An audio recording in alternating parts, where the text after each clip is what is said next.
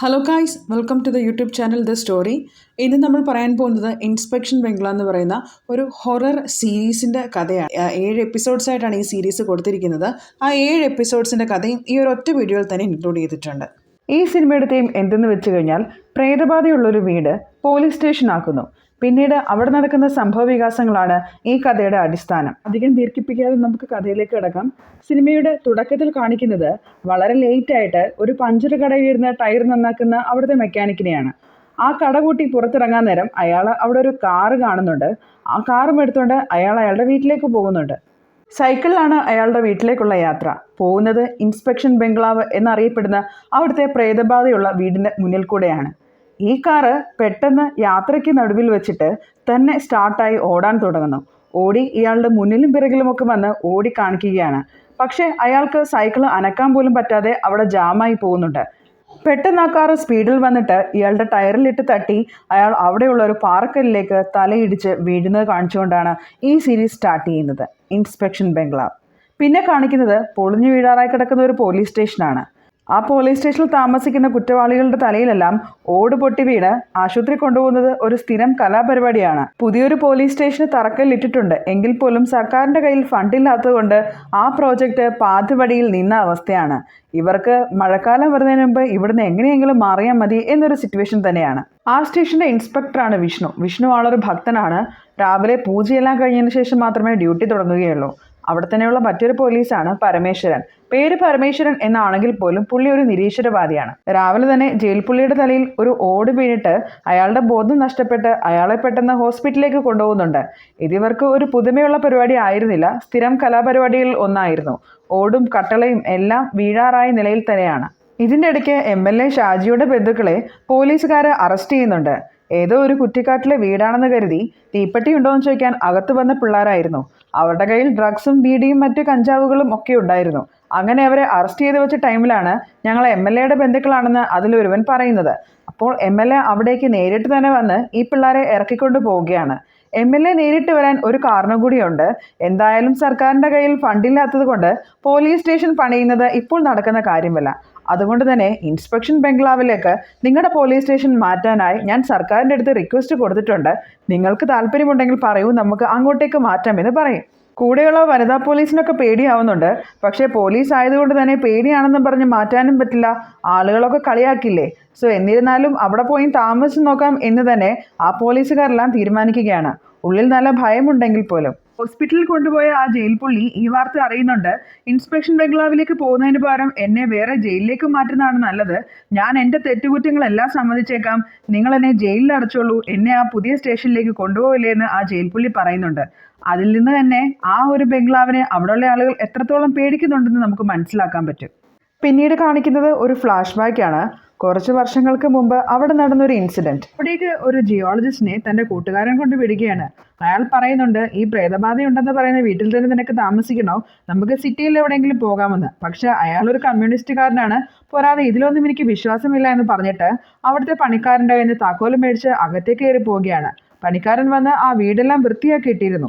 പക്ഷെ രാത്രി ആയപ്പോൾ പതിവില്ലാത്ത തരം എന്തൊക്കെയോ അനക്കവും ബഹളങ്ങളും ഒക്കെ കേട്ട് അയാൾ ഓരോ മുറികളായി സെർച്ച് ചെയ്യാൻ തുടങ്ങി. പെട്ടെന്നാണ് പുറകിൽ നിന്ന് ആരോ വന്ന് അയാളെ അറ്റാക്ക് ചെയ്ത് കാണിക്കുന്നത്. അടുത്ത ദിവസം ആ നാടുണരുന്നത് ആ ജിയോളജിസ്റ്റ് ആത്മഹത്യ ചെയ്തു എന്നറിഞ്ഞിട്ടാണ്. അടുത്ത ദിവസം MLA പറഞ്ഞു വിട്ട ആളുകൾ വന്നിട്ട് ആ പോലീസ് സ്റ്റേഷനും പരിസരവും എല്ലാം വൃത്തിയാക്കുന്നുണ്ട്. മലയാളികൾക്ക് അവിടെ പേടിയായതുകൊണ്ട് തന്നെ അകത്ത് പെയിന്റ് പണിക്ക് ബംഗാളികളെയാണ് കൊണ്ടുവന്നിരിക്കുന്നത്. അങ്ങനെ ഉദ്ഘാടന ദിവസം വന്നെത്തി MLA വന്ന് ആ ബിൽഡിംഗ് ഉദ്ഘാടനം ചെയ്യുന്നുണ്ട്. പക്ഷേ MLAക്ക് പോലും അകത്തേക്ക് കയറാൻ പേടിയായതുകൊണ്ട് തന്നെ എനിക്ക് വേറൊരു പരിപാടി ഉണ്ടെന്ന് ന്യായം പറഞ്ഞിട്ട് അവിടെ നിന്ന് അയാളും രക്ഷപ്പെടുന്നുണ്ട്. ഈ ടൈമിൽ നമ്മുടെ ഇൻസ്പെക്ടർ വിഷ്ണുവിൻ്റെ അമ്മ അവനെ വിളിച്ചിട്ട് അവനിപ്പോൾ അത്ര നല്ല സമയമല്ല 3 മാസത്തേക്ക് എന്ന് വിഷ്ണുവിൻ്റെ അടുത്ത് പറയുന്നുണ്ട്. പോലീസ് സ്റ്റേഷന് അകത്ത് കയറിയെങ്കിൽ പോലും പോലീസുകാർക്ക് നാണക്കേട് കാരണമാണ് അവരവിടെ വർക്ക് ചെയ്യാൻ തീരുമാനിച്ചത്. പേടിത്തൊണ്ടന്മാരാണെന്ന് നാട്ടുകാരെ കൊണ്ട് പറയിപ്പിക്കാൻ പറ്റില്ലല്ലോ. അതുകൊണ്ട് വനിതാ ഓഫീസേഴ്സ് ഒന്നും റിസ്ക് എടുക്കണ്ട, അവർക്ക് നൈറ്റ് ഡ്യൂട്ടി ഇല്ല. ബാക്കി എല്ലാ ഓഫീസേഴ്സും നൈറ്റിൽ ഇവിടെ ഉണ്ടാകണമെന്ന് പറയുകയാണ്. പരമേശ്വരൻ ഒരു നിരീശ്വരവാദി ആയതുകൊണ്ട് തന്നെ പ്രേതത്തിലൊന്നും പുള്ളിക്ക് വിശ്വാസമില്ലായിരുന്നു. ഇവിടെ പ്രേതവും ഭൂതവും ഒന്നും ഇല്ല എന്ന് പരമേശ്വരൻ പറയുമ്പോൾ തന്നെ പുറകിലുണ്ടായിരുന്ന ദൈവത്തിൻ്റെ ഫോട്ടോ മുകളിൽ നിന്ന് താഴെ വീണ് പൊട്ടുകയാണ്.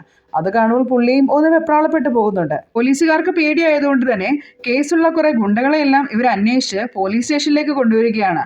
സോ കുറച്ചു ദിവസം ഇവിടെ തങ്ങി നിന്നാൽ നിങ്ങളുടെ പേരിലുള്ള കേസുകളെല്ലാം ഞാൻ മാറ്റിത്തരാമെന്ന് പറയുന്നു. എന്നാൽ പോലും ഈ ബംഗ്ലാവിനെ പറ്റി അറിയുന്ന ഗുണ്ടകൾ ഇതിലും ഭേദം ജയിലിൽ കിടക്കുന്നതാണ് എന്നൊക്കെ പറയുന്നു. ആ ടൈമിലാണ് പെട്ടെന്ന് അവിടെ കറണ്ട് പോയിട്ട് അവിടെ ഉണ്ടായിരുന്ന സാധനങ്ങളെല്ലാം താഴെ വീഴുകയും എന്തോ ഒരു അമാനുഷിക ശക്തി അവിടെ ഉള്ളതുപോലെ അവിടെ ഓരോ കാര്യങ്ങൾ നടക്കുകയും ചെയ്യുന്നത്. ഈ ടൈമിൽ ഒരു മെഴുകുതിരി എടുക്കാൻ പോലും പോലീസുകാർക്ക് അവിടെ നിന്ന് അനങ്ങാൻ പറ്റിയില്ല. ഒരു ഗുണ്ടയെ പേടിപ്പിച്ചാണ് അകത്ത് പോയി മെഴുകുതിരിയും തീപ്പെട്ടിയും എടുത്തുകൊണ്ട് വന്നത്. അപ്പോൾ അയാൾ വന്നിട്ട് പറയുന്നുണ്ട്, എൻ്റെ പുറകിൽ ആരോ ഉണ്ടായിരുന്നു, ആരോ ഒരാൾ എന്നെ ഫോളോ ചെയ്തു എന്നൊക്കെ. പക്ഷേ ഈ പോലീസുകാർ പേടിത്തൊണ്ടന്മാരായതുകൊണ്ട് തന്നെ അവർ അവിടെ തന്നെ നിന്ന് അതിന് ഉള്ള സൊല്യൂഷൻ പറഞ്ഞു കൊടുത്തല്ലാതെ അവൻ്റെ അടുത്തേക്ക് ആരും ചെന്നില്ല. അങ്ങനെ ആരുടെയും ജീവന് പ്രത്യേകിച്ച് പ്രശ്നങ്ങളൊന്നുമില്ലാതെ ഒരു രാത്രി അവിടെ കഴിഞ്ഞു പോയി. അടുത്ത ദിവസം MLA വിളിച്ച് എല്ലാവർക്കും സുഖമാണല്ലോ, കുഴപ്പമൊന്നുമില്ലല്ലോ എന്ന് അന്വേഷിക്കുന്നുണ്ട്. പരമേശ്വരൻ കുഴപ്പമൊന്നുമില്ലാന്ന് പറഞ്ഞിട്ട് ഈ വിഷ്ണുവിനെ തപ്പി നോക്കുമ്പോൾ അയാളെ അവിടെ കാണുന്നില്ല. നോക്കുമ്പോൾ പുള്ളി ജയിലിനകത്ത് കിടക്കുകയാണ്. അകത്ത് കയറി കഴിഞ്ഞപ്പോൾ പുള്ളിയുടെ കയ്യിലുണ്ടായിരുന്ന രാഖിയും തകിടും എല്ലാം അഴിച്ചിട്ടേക്കുകയാണ്.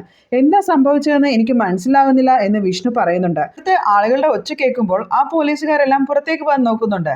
ആളുകളും മീഡിയകളും ഒക്കെ വന്നിരിക്കുകയാണ്. പോലീസുകാർ ആരെങ്കിലും ചത്തോ ജീവിച്ചിരിപ്പുണ്ടോ എന്നൊക്കെ അറിയാൻ. ഇവരെ എല്ലാവരെയും കണ്ടപ്പോഴേക്കും നാട്ടുകാർക്കും അതുപോലെ മീഡിയയ്ക്കും ഒക്കെ സന്തോഷമാവുന്നുണ്ട്. അവർ പറയുന്നുണ്ട് പ്രേതത്തിന് പോലീസിനെ പേടിയാണ്, അവരെ ഒന്നും ചെയ്തില്ല എന്നൊക്കെ. ആ ടൈമിലാണ് അവർ ശ്രദ്ധിക്കുന്നത് അവരുടെ കൂടെയുള്ള ഒരാൾ മിസ്സിംഗ് ആണ്. അപ്പോൾ അവർ അകത്ത് കയറി ചെല്ലുമ്പോൾ അങ്ങേയറ്റത്തൊരു റൂമിൽ അയാളെ ആരോ പൂട്ടിയിട്ടിരിക്കുകയാണ്. ആരാന്നറിയില്ല, ആരോ എന്നെ വലിച്ചിഴച്ച് ഇവിടെ കൊണ്ടുവന്ന് ഇട്ടതാണെന്ന് അയാൾ പറയുന്നു. ഇത് കേൾക്കുമ്പോൾ വിഷ്ണു പറയുന്നുണ്ട്, ആരോ എന്നെ ജയിലിലടച്ച് രാഖി ഉരുക്കളഞ്ഞു, ഇയാളെ ആരോ പൂട്ടിയിട്ടു, ഇവിടെ എന്തൊക്കെയോ പ്രശ്നങ്ങളുണ്ട് എന്ന് വിളിച്ചിട്ട് അവിടെ പൂജയൊക്കെ നടത്തുകയാണ്. ആരും അറിയാതെ രാത്രിയിലായിരുന്നു ഈ പൂജയെല്ലാം ചെയ്തിരുന്നത്. അയാൾ ഒരു സാധനം കൊടുത്തിട്ട് ഇനി പോലീസ് സ്റ്റേഷന്റെ 4 ഭാഗത്തും കൊണ്ട് കുഴിച്ചു വെക്കാനായി പറയുന്നുണ്ട്. അതിനും പോലീസുകാർക്ക് പേടിയായതുകൊണ്ട് ഗുണ്ടകളാണ് അവിടെ പോയി ഇതെല്ലാം കുഴിച്ചു വെക്കുന്നത്. 2 ഗുണ്ടകൾ വെളിയിൽ പോയി അയാൾ പറഞ്ഞ സാധനം കുഴിച്ചു വെക്കുന്ന ടൈമിൽ അവിടെ ആരോ വരുന്ന പോലെ തോന്നിയിട്ട് അവരവിടെ പെട്ടെന്ന് അത് കുഴിച്ചു വെച്ചിട്ട് അവിടെ നിന്ന് ഓടി രക്ഷപ്പെടുന്നു. ആ ടൈമിലേക്കാണ് അവിടെ വെള്ള ചുരിദാർ ധരിച്ച് ഒരു പെൺകുട്ടി വന്ന് നിൽക്കുന്നതായി നമ്മളെ കാണുന്നതും അവർ കുഴിച്ചു വെച്ച സാധനം അതുപോലെ തന്നെ തെറിച്ചു പോകുന്നതായിട്ടും നമ്മളെ കാണിക്കുന്നുണ്ട്. കാണിക്കുന്നത് ഒരു ഫ്ലാഷ് ബാക്ക് ആണ്. ഇവിടെ പണ്ടുണ്ടായിരുന്ന ഒരു പോലീസുകാരൻ അവിടെ കാട്ടിലെ തടിയും ചന്ദ്രവും എല്ലാം വെട്ടിക്കൊണ്ടുപോകുന്ന ഒരുത്തനെ അറസ്റ്റ് ചെയ്തുകൊണ്ട് പോലീസ് സ്റ്റേഷനിലേക്ക് പോവുകയാണ്. പോലീസ് ആയിരുന്നില്ല, എക്സൈസ് ആയിരുന്നു അവർ. എക്സൈസ് ആയതുകൊണ്ട് തന്നെ അവനെ അടിക്കാനും ഉപദ്രവിക്കാനും ഒന്നും അവർക്കായിരുന്നില്ല. എന്നാലും അവനെ ഗുണദോഷിക്കാനായിട്ട് ആ പോലീസുകാരൻ ശ്രമിക്കുന്നുണ്ട്. ആ ടൈമിൽ ഒരു ലോറി കുറുകെ വന്ന് നിൽക്കുന്നുണ്ട്. അതെടുത്ത് മാറ്റാൻ പോകുന്ന ടൈമിൽ ആ ജയിൽ പുള്ളി ഓടി രക്ഷപ്പെടുന്നു. ഇത് കണ്ടിട്ട് ആ പോലീസ് ഓഫീസറും അതിൻ്റെ പുറകിന് ഓടുന്നുണ്ട്.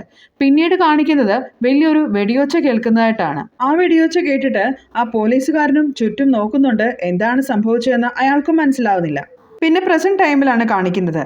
ഒരു പെൺകുട്ടി രാവിലെ പോലീസ് സ്റ്റേഷനിൽ വന്നിട്ട് എനിക്ക് ഇൻസ്പെക്ടറിനെ ഒന്ന് കാണണമെന്ന് പറയുന്നു.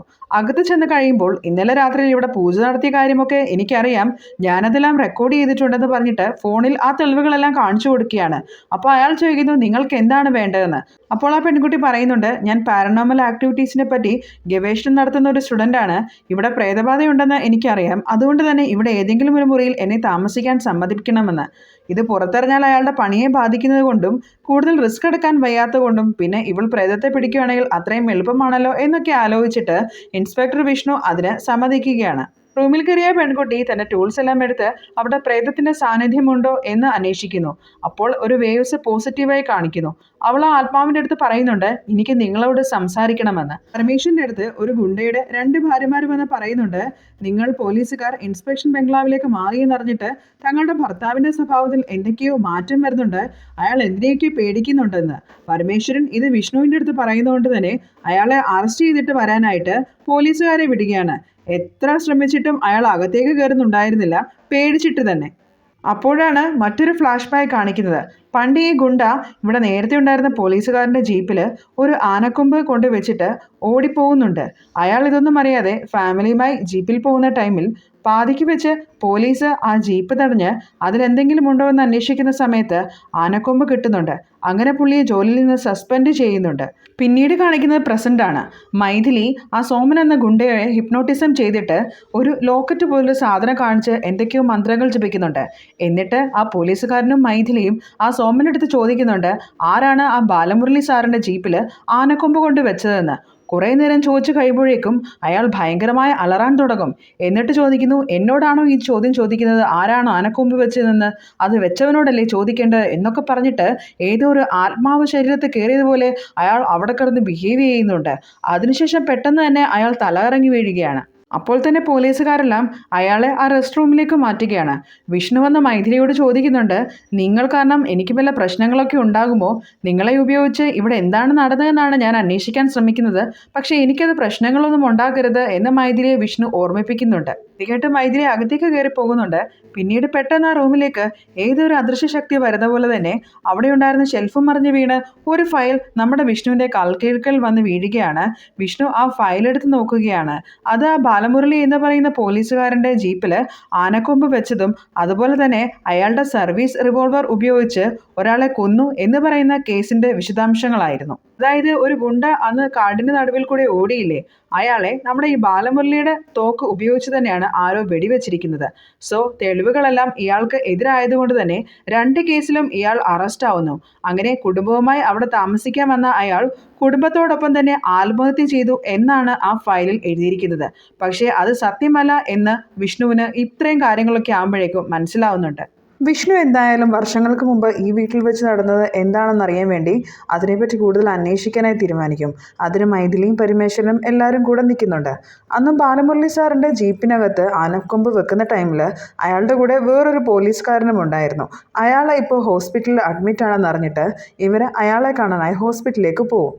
അങ്ങനെ ആ പോലീസുകാരനെ കാണാൻ അവരവിടെ ഹോസ്പിറ്റലിൽ ചെല്ലുമ്പോൾ ബാലമുരളി സാറിനെ പറ്റി കൂടുതൽ കാര്യങ്ങൾ അറിയാനാണ് വന്നതെന്ന് വിഷ്ണു പറയുന്നു. സോ അയാൾ പറയുന്നുണ്ട്, ഇത്രയും നാളും ഞാൻ എൻ്റെ കുഞ്ഞിനെന്തെങ്കിലും പറ്റുമെന്ന് വിചാരിച്ചാണ് സത്യങ്ങളൊന്നും പറയാതിരുന്നത്. അന്ന് MLA പറഞ്ഞിട്ടാണ് ഞാൻ ആ ഗുണ്ടയെ ജീപ്പിൽ നിന്ന് രക്ഷപ്പെടാൻ സഹായിച്ചത്. കൂടാതെ സാററിയാതെ സാറിൻ്റെ തോക്കും ഞാൻ MLAക്ക് കൈമാറിയിരുന്നു എന്ന് പറയും. അപ്പോൾ നമ്മുടെ കേസിൽ വരുന്നത് ആ ബാലമുരളി സാറിൻ്റെ തോക്കിൽ നിന്നാണ് അന്ന് ആ ഒരു ചന്ദനം തടിയൊക്കെ കടത്തിക്കൊണ്ട് പോകുന്ന ആൾ മരിച്ചു എന്നല്ലേ. അപ്പം ഈ ഒരു റിവോൾവർ ഇവർ നേരത്തെ കൈക്കലാക്കി അയാളെ കൊന്നതായിരുന്നു. ബാലമുരളി സാറ് നിരപരാധിയാണ്, സാറ് കുറ്റമൊന്നും ചെയ്തിട്ടില്ല എന്ന് അയാൾ പറയുന്നു. തിരിച്ചു പോകാൻ നേരം മൈഥിലി അയാളെ ഇങ്ങനെ നോക്കി അയാൾക്ക് പെട്ടെന്ന് എന്തോ അപസ്മാരം വന്നതുപോലെ വീണ് അയാൾ മരിച്ചു പോവുകയാണ്. സിനിമയുടെ തുടക്കത്തിൽ ഒരു പഞ്ചറൊട്ടിക്കുന്ന ആളെയും ഒരു കാറ് ഓടിച്ചിട്ട് പേടിപ്പിച്ചിരുന്നല്ലോ. അപ്പോൾ ആ ചന്ദനത്തടിയൊക്കെ വിൽക്കുന്ന ആളുടെ കൂട്ടുകാളെയായിരുന്നു അയാളും. സോ അയാളെയും പേടിപ്പിക്കാൻ വേണ്ടിയിട്ടായിരുന്നു ആ പ്രേതം അന്ന് അങ്ങനെ ചെയ്തത്. പക്ഷേ ആ ഒരു മരംവെട്ടുകാരൻ മരിച്ചു പോയതിൽ പിന്നെ ഇയാൾക്ക് പേടിച്ചിട്ട് അങ്ങനെയുള്ള പ്രവൃത്തികളൊന്നും ഇയാൾ ചെയ്തിരുന്നില്ല. അതുകൊണ്ടായിരിക്കാം ആ പ്രേതം ഇവനെ ജസ്റ്റ് ഒന്ന് പേടിപ്പിച്ചിട്ട് വെറുതെ വിട്ടത്. ഹോസ്പിറ്റലിൽ നിന്ന് വിഷ്ണുവും മൈഥിലിയും ബൈക്കിൽ വരുന്ന ടൈമിൽ അവൻ്റെ അമ്മ വീഡിയോ കോൾ വിളിച്ചിട്ട് നിനക്ക് പറ്റിയ ആലോചനകളൊന്നും ശരിയാവുന്നില്ല അങ്ങനെയൊക്കെ കല്യാണത്തെ പറ്റി സംസാരിക്കുന്ന ടൈമിലാണ് മൈഥിലിയെ കാണുന്നത്. ആ കുട്ടി നല്ല ചേർച്ചയാണല്ലോ, അവളുടെ ജാതകവും ടൈമും ഒക്കെ ചോദിക്കൂ എന്ന് വിഷ്ണുവിൻ്റെ അടുത്ത് പറയുന്നുണ്ട്. അവൻ ആ കുട്ടി കേൾക്കണ്ടെന്ന് വിചാരിച്ച് പെട്ടെന്ന് തന്നെ ഫോൺ കട്ട് ചെയ്യുന്നു. അത് ആക്ച്വലി മൈഥിലി കേൾക്കുന്നുണ്ടായിരുന്നു. അവൾ പറയും, എനിക്കിതുപോലെ പേടിത്തൊണ്ടന്മാരായ ഭർത്താക്കന്മാരെയൊന്നുമല്ല ഇഷ്ടം, ഞങ്ങളുടെ ഫസ്റ്റ് നൈറ്റ് ഒരു ഹൊറർ ബംഗ്ലാവിലായിരിക്കണം എന്നൊക്കെയാണ് എൻ്റെ ആഗ്രഹമെന്ന് തമാശയെ രണ്ടുപേരും പറഞ്ഞിട്ട് അവിടെ നിന്ന് പോവുകയാണ്. പിന്നെയും ഒരു ഫ്ലാഷ് ബാക്കാണ് കാണിക്കുന്നത് ബാലമുരളിയുടെ ജീവിതത്തിലേക്ക്. ബാലമുരളി എന്ന എക്സൈസിൽ ജോലി ചെയ്തുകൊണ്ടിരുന്ന സമയത്ത് നമ്മുടെ വിഷ്ണുവിന് പകരം അന്ന് അവിടെ ജോലി ചെയ്തത് വേറൊരു പോലീസുകാരനായിരുന്നു. ആ പോലീസുകാരൻ വന്നിട്ട് ആ ഒരു തടിവെട്ടുകാരനെ ഇയാൾ അറസ്റ്റ് ചെയ്ത് വെച്ചിട്ടുണ്ടായിരുന്നല്ലോ. സോ അയാളെ വെറുതെ വിടണം എന്നുള്ള കാര്യം ബാലമുരളിയുടെ അടുത്ത് പറയും. പക്ഷേ അയാൾ കേരള ഫോറസ്റ്റ് ആക്ട് പ്രകാരമാണ് അവനെ അറസ്റ്റ് ചെയ്ത് വെച്ചിരിക്കുന്നത്. വിട്ടുകഴിഞ്ഞാൽ ഒത്തിരി വാഗ്ദാനങ്ങൾ ചെയ്യാമെന്ന് ആ പോലീസുകാരൻ പറയുന്നുണ്ടെങ്കിൽ പോലും ബാലമുരളിക്ക് അതൊന്നും അംഗീകരിക്കാൻ സാധിച്ചിരുന്നില്ല. അങ്ങനെ അയാൾ ആ പോലീസുകാരനെ അവിടെ നിന്ന് പറഞ്ഞു വിടുകയാണ്. പിന്നീട് പ്രസന്റ് കാലഘട്ടമാണ് കാണിക്കുന്നത്. കയ്യിലെ ചരട് അഴിഞ്ഞു പോയത് കൊണ്ട് തന്നെ വിഷ്ണുവിന് അവൻ്റെ അമ്മ പുതിയൊരു ചരട് കൊടുത്തു വിട്ടിരുന്നു. അത് കെട്ടാനായി പാടുപെട്ടുകൊണ്ടിരിക്കുന്ന ടൈമിലാണ് മൈഥിലി അങ്ങോട്ടേക്ക് കയറി വരുന്നത്. അവളെ കാണുമ്പോൾ വിഷ്ണു പറയുന്നുണ്ട്, ഈ ചരടൊന്ന് കെട്ടിത്തരാമെന്ന്. ചരട് കണ്ടതും അവൾ 2 അടി പുറകോട്ടേക്ക് മാറുകയാണ്. എന്നിട്ട് അയ്യോ എനിക്കിതൊന്നും പറ്റില്ല എന്ന് പറഞ്ഞിട്ട് പരമേശ്വരൻ സാറിൻ്റെ അടുത്ത് ആ ചരടൊന്ന് കെട്ടിക്കൊടുക്കാൻ പറയും. അതിനുശേഷം ആശുപത്രിയിൽ വയ്യാതെ കിടക്കുന്ന ആ സോമനെ കാണാൻ വേണ്ടി ഇവർ മൂവരും ഹോസ്പിറ്റലിലേക്ക് ചെല്ലുകയാണ്. സോമൻ്റെ അടുത്ത് ചോദിക്കുന്നുണ്ട്, അന്ന് ആര് പറഞ്ഞിട്ടാണ് നീ ബാലമുരളി സാറിൻ്റെ ജീപ്പിൽ ആനക്കൊമ്പ് വെച്ചതെന്ന്.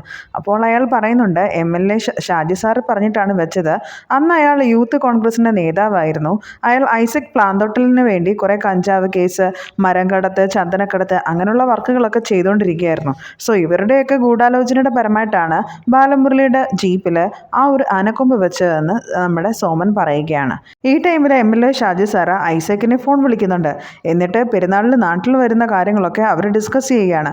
ഇവിടെ വന്ന് വീണ്ടും പഴയതുപോലെ പ്രശ്നങ്ങളൊന്നും ഉണ്ടാകാതിരിക്കാൻ വേണ്ടി ഐസക്കിൻ്റെ ചേട്ടനായ ഒരു കോൺഗ്രസ് പ്രവർത്തകൻ അയാളെ അമേരിക്കയിലേക്ക് കൊണ്ടുപോയതായിരുന്നു. പക്ഷേ അയാൾക്ക് ഈ വൃത്തികേടുകളൊന്നും കാണിക്കാതെ ജീവിക്കാൻ പറ്റാത്തതുകൊണ്ട് അയാൾ വർഷത്തിൽ ഇങ്ങനെ 2-3 തവണ നാട്ടിലേക്ക് വരാറുണ്ട്.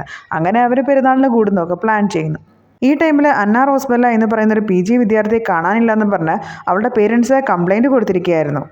അവളുടെ നിന്ന് സംശയിക്കപ്പെടുന്ന ഒരു ശവശരീരം 3-4 ദിവസങ്ങൾക്ക് മുന്നേ അടക്കിയിരുന്നു. സോ ആ ശവക്കല്ലറ തുറന്നിട്ട് അത് അന്ന റോസ്ബെല്ല ആണോ എന്ന് അറിയാൻ വേണ്ടി അവളുടെ വീട്ടുകാരും പോലീസുകാരും മീഡിയയും ഒക്കെ അവിടെ വന്നിട്ടുണ്ടായിരുന്നു. പക്ഷേ കല്ലറ തുറന്നു നോക്കിയപ്പോൾ അവിടെ അങ്ങനെ ഒരു ബോഡിയേ ഇല്ല. സോ പോലീസ് ആകെപ്പാടെ അങ്കലാപ്പിലായി പോവും. അത് നമ്മുടെ മൈഥിലിയായിരുന്നു അന്ന റോസ്ബെല്ല. പിന്നെ കാണിക്കുന്ന ഒരു ഫ്ലാഷ് ബാക്കാണ്. ഈ ഐസക്കും അവിടെ ഉണ്ടായിരുന്ന ആ അന്നത്തെ പോലീസുകാരനും MLA ഷാജിയും ഒക്കെ കൂടെ അന്ന് ഈ രഹസ്യങ്ങളെല്ലാം മനസ്സിലാക്കിയ ബാലമുരളിയും അവൻ്റെ കുഞ്ഞുങ്ങളെയും ഭാര്യയും ഒക്കെ അവർ കൊന്നതായിരുന്നു. ഇവരൊരിക്കലും അവിടെ തൂങ്ങി മരിച്ച് ആത്മഹത്യ ചെയ്തതായിരുന്നില്ല. ഇവർ മൂവരും കൂടിയായിരുന്നു ഇതിൻ്റെ എല്ലാം പിന്നിൽ കളിച്ചിരുന്നത്. അന്ന റോസ്ബെല്ലയുടെ തിരോധാനത്തെ പറ്റിയുള്ള വാർത്ത ഈ പോലീസ് സ്റ്റേഷനിലും അറിഞ്ഞിട്ടുണ്ടായിരുന്നു. അത് കാണുമ്പോൾ ഇവരെല്ലാം പേടിക്കും. തങ്ങളുടെ കൂടെ ഉണ്ടായിരുന്ന പ്രേതമാണോ എന്ന് ഇവർക്ക് സംശയം തോന്നിയിട്ട് അവർ CCTV ക്യാമറയിലെ ഫുട്ടേജുകളൊക്കെ പരിശോധിക്കുന്നുണ്ട്. അതിലൊന്നും അവളുടെ ഫോട്ടോ കാണാതെ വന്നപ്പോൾ ഇവർ ഉറപ്പിക്കുന്നുണ്ട് അവളും പ്രേതമാണെന്ന്. പണ്ട് രാത്രിയിൽ സാരി എടുത്ത് വരുന്ന പ്രേതത്തെ മാത്രം പേടിച്ചാൽ മതിയായിരുന്നു. ഇപ്പോൾ പകലിൽ ചുരിദാറും ഇട്ട് വരുന്ന പ്രേതത്തെ പേടിക്കണമല്ലോ എന്ന് അവിടുത്തെ വനിതാ പോലീസ് ഉദ്യോഗസ്ഥർ പറയുന്നുണ്ട്. സത്യത്തിൽ അത് അന്ന് ആ ഒരു വീട്ടിൽ വെച്ച് ഒരു ജിയോളജിസ്റ്റ് മരണപ്പെട്ടിട്ടുണ്ടായിരുന്നല്ലോ. അയാളുടെ ആത്മാവാണ് ഈ അന്ന റോസ്ബെല്ലയുടെ ശരീരത്തുണ്ടായിരുന്നത്. സോ പിന്നീട് അവൾ നടക്കുന്നത് നിൽക്കുന്നതോ കാണുമ്പോൾ ഈ പോലീസുകാർക്കെല്ലാം അയാളെ തന്നെയാണ് ഓർമ്മ വരുന്നത്. പിന്നീട് മൈഥിലി വന്ന് ഇവരുടെ അടുത്തൊക്കെ സംസാരിക്കുന്നുണ്ടെങ്കിൽ പോലും അവൾ പ്രേതമാണെന്നുള്ള പേടിയൊന്നും മുഖത്ത് കാണിക്കാതെയാണ് വിഷ്ണുവും പരമേശ്വരനുമെല്ലാം അവളുടെ അടുത്ത് സംസാരിക്കുന്നത്. അവൾ തങ്ങളെ എന്തെങ്കിലും ചെയ്യുമോ എന്നുള്ള പേടിയാണ്. പിന്നീട് കാണിക്കുന്നത് ആ ജിയോളജിസ്റ്റിന് എന്ത് പറ്റി എന്നുള്ള ഫ്ലാഷ് ബാക്കാണ്. അയാൾ ആ ഐസക്കിൻ്റെ നിന്ന് കാശ് മേടിക്കാൻ വേണ്ടി ആ ബംഗ്ലാവിൽ വന്നതായിരുന്നു. ഐസക്ക് പറഞ്ഞതിൽ കൂടുതൽ കാശ് ആ ജിയോളജിസ്റ്റിന് വേണമായിരുന്നു. സോ ഇവനെ ഇങ്ങനെ വിടുന്നതിൽ ഭേദം കൊല്ലുന്നതാണെന്ന് തോന്നിയിട്ട് അന്ന് ഐസക്കും ആ കൂടെ ഉണ്ടായിരുന്ന പോലീസുകാരനും കൂടെയാണ് ഇയാളെ കൊന്ന് കെട്ടിത്തൂക്കി അവിടെ ആത്മഹത്യയാക്കി മാറ്റിയത്. പിന്നീട് കാണിക്കുന്നത് ഈ ഐസക്ക് നാട്ടിലേക്ക് വന്നതാണ് നമ്മുടെ ഷാജി MLAയുടെ അടുത്ത്. കൂടാതെ ആ പണ്ടത്തെ ആ പോലീസുകാരനും വന്നിട്ടുണ്ട്. നേരത്തെ വന്ന പൂജാരി പറഞ്ഞിരുന്നു ആ പ്രേതങ്ങളെ എങ്ങനെയാണ് മരിച്ചതെന്ന് മനസ്സിലായി കഴിഞ്ഞാൽ നമുക്കിവിടെ മറ്റൊരു പൂജ നടത്താമെന്ന്. സോ പോലീസ് സ്റ്റേഷനിൽ മറ്റൊരു പൂജയ്ക്കുള്ള ഏർപ്പാടുകളും ഐസക്കിൻ്റെ വീട്ടിൽ പെരുന്നാളിൻ്റെ ആഘോഷങ്ങളും കേക്ക് മുറിയും ഒക്കെ നടന്നുകൊണ്ടിരിക്കുകയാണ്. ആ ഒരു ഇവൻറ്റിലേക്കാണ് നമ്മുടെ മൈഥിലി വരുന്നത്. മൈഥിലിയെ കണ്ടിട്ട് പേടിച്ച് ഇവരെല്ലാം ഓടുകയാണ്. കാരണം നമ്മൾ സാധാരണ രൂപത്തിലല്ല വന്നിരുന്നത്. കറക്റ്റ് ഒരു പ്രേതത്തിൻ്റെ ഒരു ലുക്കിലാണ് വന്ന് എല്ലാവരെയും പേടിപ്പിക്കുന്നത്. ആ പ്രേതം അവരെ ഒഴിഞ്ഞ കാട്ടിലെല്ലാം ഓടി നടന്ന് പേടിപ്പിക്കുന്നുണ്ട്. കൂടാതെ അവരെ ഒരു ഒഴിഞ്ഞു കിടക്കുന്ന വീടിനകത്തേക്ക് കയറ്റി രണ്ടുപേരെയും കൊല്ലുന്നുണ്ട്. MLA ഒഴിച്ച് ആ പോലീസുകാരനെയും ഐസക്കിനെയും നമ്മുടെ ബാലമുരളിയുടെ പ്രേതം വന്നിട്ട് കുത്തി കൊല്ലുകയാണ്. ഇതെല്ലാം കണ്ട് പേടിച്ച് ഷാജി സാറ് നേരിട്ട് ആ മന്ത്രം നടക്കുന്ന ആ യാഗം നടക്കുന്ന പോലീസ് സ്റ്റേഷനിലേക്ക് ചെല്ലുകയാണ്. അവിടെ ചെന്നിട്ട് രക്ഷിക്കണം എന്ന് പറഞ്ഞിട്ട് അഭ്യർത്ഥിച്ച് കരയുന്നുണ്ട്. ആ ടൈമിൽ ബാലമുരളിയുടെ പ്രേതം നമ്മുടെ വിഷ്ണുവിൻ്റെ ദേഹത്ത് കൂടിയിട്ട് ഷാജി സാർ MLA ഇട്ട് നല്ലപോലെ അടിച്ചു പിഴിയുന്നുണ്ട്. ഈ ടൈമിൽ ഐസക്കിനെ കൊല്ലുന്നുണ്ട്. ആ ജിയോളജിസ്റ്റിൻ്റെ പ്രേതവും അവിടെയുണ്ട്. മൊത്തം ഇപ്പോൾ 5 പ്രേതങ്ങളാണ് ഇവരെ എല്ലാവരും കൂടെ കൊല്ലാനായിട്ട് ശ്രമിക്കുന്നത്. ആ ടൈമിൽ മന്ത്രങ്ങളൊക്കെ ചൊല്ലി പൂജാരി ഒരു കെട്ട് കെട്ടുമ്പോൾ എല്ലാ പ്രേതബാധകളും ഒഴിഞ്ഞു പോകുന്നുണ്ട്. ആ പ്രേതങ്ങളുടെ പ്രധാന ലക്ഷ്യം ഐസക്കിനെ കൊല്ലുക എന്നുള്ളതായിരുന്നു.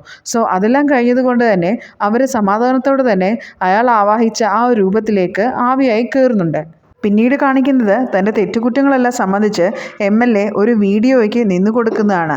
ബാലമുരളി നിരപരാധിയാണെന്നും ആ തെറ്റിനെല്ലാം പിന്നിൽ ഐസക്കായിരുന്നെന്നും താനും അവരെ സപ്പോർട്ട് ചെയ്തിട്ടുണ്ടെന്നും അങ്ങനെയുള്ള എല്ലാ തുറന്നു പറച്ചിലും അവിടെ നടക്കുന്നുണ്ട്. അങ്ങനെ MLA ആ സ്ഥാനത്ത് നിന്ന് ഒഴിവാക്കുകയും അയാളെ അറസ്റ്റ് ചെയ്യുകയും ചെയ്യുന്നു. കൂടാതെ ന്യൂസിൽ വരുന്നത് നമ്മുടെ ആ ഒരു DYSPയും അതുപോലെ ഐസക്കിനെയും ഏതോ ഒരു അപകടത്തിൽപ്പെട്ട് കാട്ടിൽ മരിച്ച നിലയിൽ കണ്ടെത്തി. അങ്ങനെയാണ് ആ ന്യൂസ് വരുന്നത്. അതുകൊണ്ട് തന്നെ ബാലമുരളിയുടെ പ്രേതമാണ് അവരെ കൊന്നത് എന്ന തരത്തിലേക്കല്ല വാർത്ത പോകുന്നത്. അപകടം പറ്റി മരിച്ചു എന്നുള്ള രീതിയിലാണ്. അങ്ങനെ എല്ലാം കഴിഞ്ഞ് നമ്മുടെ ആ ഒരു സ്വാമിജി അവിടെ നിന്ന് പോവുകയാണ്. പോകുമ്പോൾ കാണുന്നുണ്ട് ആ ജീപ്പിൻ്റെ പുറകിൽ ബാലമുരളിയും കുടുംബവും ആ പോലീസ് സ്റ്റേഷന് ടാറ്റ കൊടുത്ത് ഇങ്ങനെ പോകുന്നത്. അങ്ങനെ ആത്മാക്കൾക്ക് ശാന്തി കിട്ടി അവരവിടെ നിന്ന് പോകുന്നു. ഈ ടൈമിൽ നമ്മുടെ വിഷ്ണുവിനോട് അവൻ്റെ അമ്മ പറയുന്നുണ്ട്, നിൻ്റെ കൂടെ അന്ന് ഉണ്ടായിരുന്ന ആ കുട്ടിയില്ലേ, അവളുടെ ജാതകം നീ എനിക്ക് തന്നിരുന്നല്ലോ. അവളുടെ ജാതകവും നിൻ്റെ ജാതകവുമായി നല്ല മാച്ചിങ് ആണ്. അതുകൊണ്ട് നമുക്ക് ഈ കല്യാണം ഒന്ന് നോക്കാമെന്ന് പറയുന്നു. അപ്പോൾ വിഷ്ണുവിൻ്റെ ഉള്ളിലും ഒരു ചെറു പുഞ്ചിരി വരുന്നുണ്ട്. ആ പെൺകുട്ടി പെൺകുട്ടിയുടെ ദേഹത്ത് ആക്ച്വലി ജിയോളജിസ്റ്റിന്റെ പ്രേതം കയറിയതായിരുന്നു. അവൾ ശരിക്കും പ്രേതമൊന്നുമല്ല. വിഷ്ണുവിനും അവളെ ഇഷ്ടമായതുകൊണ്ടാണ് ആ ജാതകത്തിന്റെ ഡീറ്റെയിൽസ് ഒക്കെ അമ്മയ്ക്ക് എടുത്ത് കൊടുത്തത്. അങ്ങനെ അമ്മ പറഞ്ഞ പ്രകാരം അയാൾ പോയി ആ പെൺകുട്ടിയെ ഒരു റെസ്റ്റോറൻറ്റിൽ വെച്ച് മീറ്റ് ചെയ്യുകയാണ്. അങ്ങനെ അവിടെ വെച്ച് അവർ ഒരു എക്സ്ട്രീംലി പുതിയ രണ്ട് പരിചയക്കാരെ പോലെ സംസാരിച്ച് അങ്ങനെ ഒരു റിലേഷൻഷിപ്പ് സ്റ്റാർട്ട് ചെയ്യുന്നത് കാണിച്ചാണ് ഈ സീരീസ് എൻഡ് ചെയ്യുന്നത്. ഈ സീരീസിൻ്റെ കഥ എങ്ങനെയുണ്ടായിരുന്നു? എൻ്റെ അവതരണത്തെ പറ്റിയുള്ള അഭിപ്രായങ്ങളും നിങ്ങൾക്ക് കമൻറ്റ് രൂപത്തിൽ രേഖപ്പെടുത്താം. Thank you for watching.